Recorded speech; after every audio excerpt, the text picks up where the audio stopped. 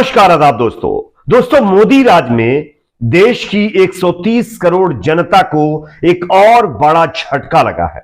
महंगाई की एक और मार जनता के ऊपर मोदी राज में पड़ गई है। इसकी जानकारी आगे आपको देंगे कि किन चीजों के ऊपर फिर एक बार महंगाई बढ़ा दी गई है। साथ ही साथ दूसरी एक और बड़ी खबर आ रही है बिहार से, जहां पर एक और चुनाव के अंदर बीजेपी समर्थित छात्र संगठन एबीवीपी चुनाव हार गया है।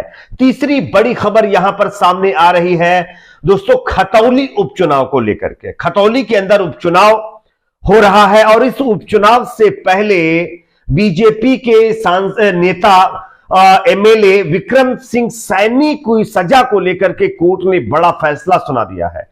और इस फैसले के बाद आजम खान को लेकर के जो कोर्ट ने फैसला सुनाया था उस पर सवाल खड़े कर दिए गए हैं। इसकी भी जानकारी देंगे। उससे पहले एक छोटी सी रिक्वेस्ट आपसे करेंगे दोस्तों, इस वीडियो को ज्यादा से ज्यादा लाइक करिए, शेयर करिए। अगर आप इस चैनल पर नए हैं तो सब्सक्राइब करके बेल आइकन को जरूर प्रेस कर लीजिए। बात करेंगे पहली और बड़ी खबर की। आप सबसे पहले इस खबर को देखिए। महंगाई की एक और मार। आज से मदर डेयरी ने बढ़ाए दूध के दाम, अब इतनी चुकानी होगी कीमत।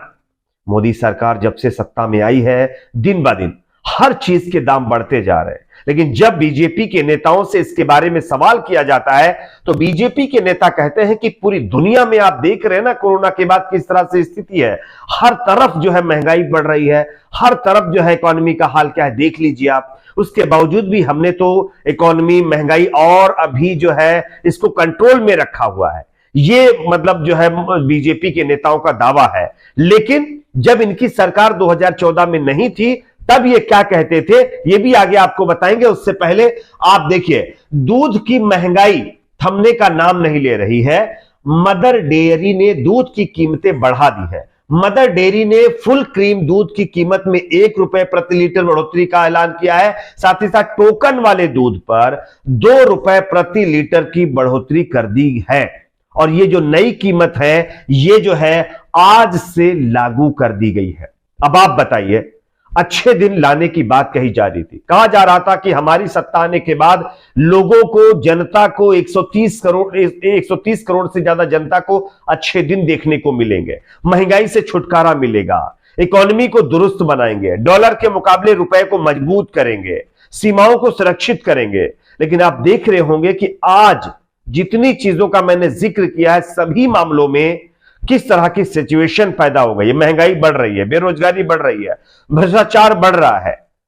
और आप देख रहे होंगे कि चीन किस तरह से जो है एलएसी के ऊपर अपनी चालाकी दिखा रहा है। इसी के साथ साथ महंगाई लगातार बढ़ रही है। डॉलर के मुकाबले रुपए की कीमत क्या हो चुकी है, लेकिन उसके बावजूद भी अच्छे दिन का झांसा जनता को दिया जा रहा है। और यह कहा जा रहा है कि हमारे राज्य में तो ऑल इज वेल है, कुछ भी प्रॉब्लम वाली बात नहीं है।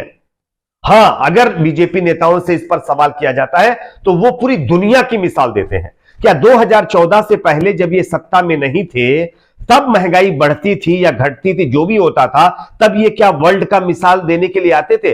तब ये क्या मतलब वहां पर भी ये बात कहते थे कि अरे पूरी दुनिया में अगर चीजें बढ़ रही तो हमारे यहां बढ़ रही तो कोई बात नहीं है? तब तो बड़े बड़े भाषण देते थे कि ऐसा क्यों हो गया, डीजल पेट्रोल पर रेट क्यों बढ़ रहा है, महंगाई क्यों बढ़ रही है। गले में प्याज की माला लगा करके, गले में और सर के ऊपर जो है पूरे सिलेंडर रख करके ये प्रोटेस्ट करते थे। लेकिन आज हर चीज के दाम बढ़ रहे तो बताया जा रहा है कि अच्छे दिन आ गए हैं। खैर, किस एंगल से जरा आप लोग जरूर बताइएगा। एक और खबर की बात करते हैं जो कि आ रही है दोस्तों बिहार के पटना से। पटना विश्वविद्यालय, पटना यूनिवर्सिटी के छात्र संघ का जो चुनाव हुआ था उसका रिजल्ट घोषित कर दिया गया है।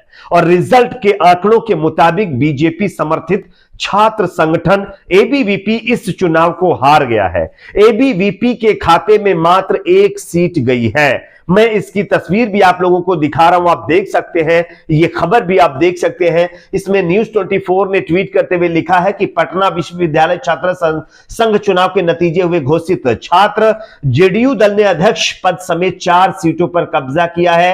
1 सीट एबीवीपी के खाते में चली गई है। आप जानते होंगे कि इससे पहले बीजेपी बड़े बड़े जो है दावे कर रही थी और एबीवीपी की तरफ से भी दावे किए जा रहे थे कि ये चुनाव तो हम जीतेंगे, इस चुनाव में कोई दूर दूर तक हमारे कंपटीशन में है ही नहीं। लेकिन जब असल में कंपटीशन हुआ तो बीजेपी समर्थित छात्र संगठन एबीवीपी की हवा निकल गई है। मात्र एक सीट इनके खाते में गई है और अध्यक्ष पद की सीट समेत 4 सीटों पर जेडीयू समर्थित कैंडिडेट यानी कि जेडीयू समर्थित छात्र संगठन ने जो है 4 सीटें अपने कब्जे में कर ली हैं। तो ये कहीं ना कहीं एक बड़ी हार बीजेपी समर्थित छात्र संगठन एबीवीपी की पटना विश्वविद्यालय यानी पटना यूनिवर्सिटी के चुनाव के अंदर देखने को मिली है। आप इस पर क्या कहना चाहते हैं कमेंट सेक्शन में जरूर बताइएगा। एक और खबर की बात करते हैं जो कि आ रही है यूपी से खतौली विधानसभा उपचुनाव को लेकर। क्या आप जानते होंगे खतौली जो विधानसभा का उपचुनाव हो रहा है, यहां पर बीजेपी एमएलए विक्रम सैनी को दंगों के लिए सजा सुनाई गई थी और 2 साल की सजा होने के बाद इनकी विधायकी रद्द कर दी गई थी।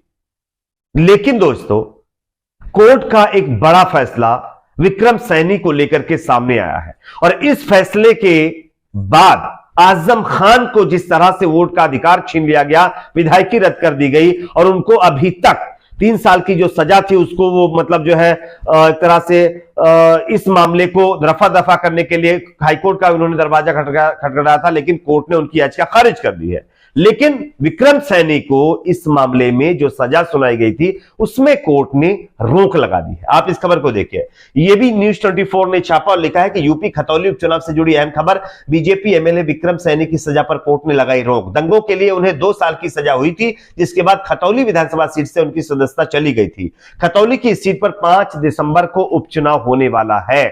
अब यहां पर जो मेन सवाल है वो ये है कि विक्रम सैनी को दंगों के आरोप में 2 साल की सजा हुई है, दंगों के आरोप में।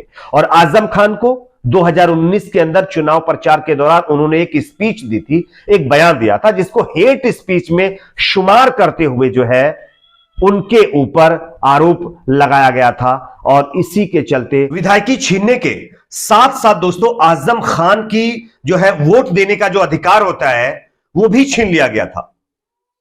और उसके बाद आजम खान ने हाईकोर्ट का दरवाजा खटखटाया था और अपनी सजा के खिलाफ याचिका लगाई थी और कोर्ट ने उनकी याचिका को भी खारिज कर दिया था। लेकिन दूसरी तरफ बीजेपी एमएलए विक्रम सैनी, जिनका नाम दंगों से जुड़ा हुआ है, जो दंगों के दोषी ठहराए गए थे और 2 साल की सजा इनकी सुनाई गई थी और इनकी भी विधायकी रद्द कर दी गई थी। लेकिन विधायकी तो रद्द कर दी गई, लेकिन ना इनसे वोट देने का अधिकार छीना गया, ना इनके ऊपर दूसरे और कार्रवाई की गई, बल्कि अब कोर्ट ने बाकायदा विक्रम सैनी को जो सजा दी गई थी उस पर भी रोक लगा दी है।